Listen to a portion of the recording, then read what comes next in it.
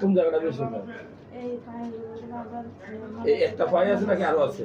না, পেটের মধ্যে আছে। মানে পুরো শরীরে চলাইতেছে এখন? হ্যাঁ, বেশি পায়ে? এই পায়ের এগুলো বেশি এমনি চুলকায়? চুলকায়। এমনিতেই ওষুধ খাইলে কমে, আবার না খাইলেও কমে। এমনিতে এখন কমে, মানে ওষুধ খেলে কমে কমে আবার ওই হয়ে যায়। আবার হয়ে যায়? জি।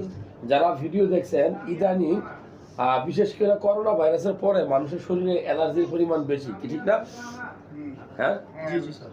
তো আসলে আপনার শরীরে যদি এরকম লাল লাল হয়, চাকা চাকা হয়, গোল গোল হয়, রিং রিং হয়, ঠিক আছে, এটা কিন্তু 2-3টা কারণে হইতে পারে।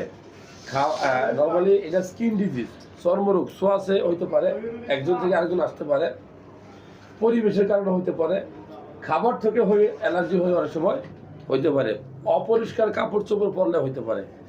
যাই হোক, এই রোগগুলো চিকিৎসায় ভালো হয়। এখন যদি আপনি ওই ওষুধ বা মলম লাগানোর সময় শুধু যেই জায়গায় ওই জায়গায় লাগালে হবে না, ওই জায়গার বাহির দিয়েও লাগাইতে হবে, ভালো অংশ তো লাগাইতে হবে। পুরো শরীরে। আর যখন ভালো হয়ে যায় এর পরেও 15 দিন ওষুধ খাওয়া উচিত, তাহলে নির্মূল হবে।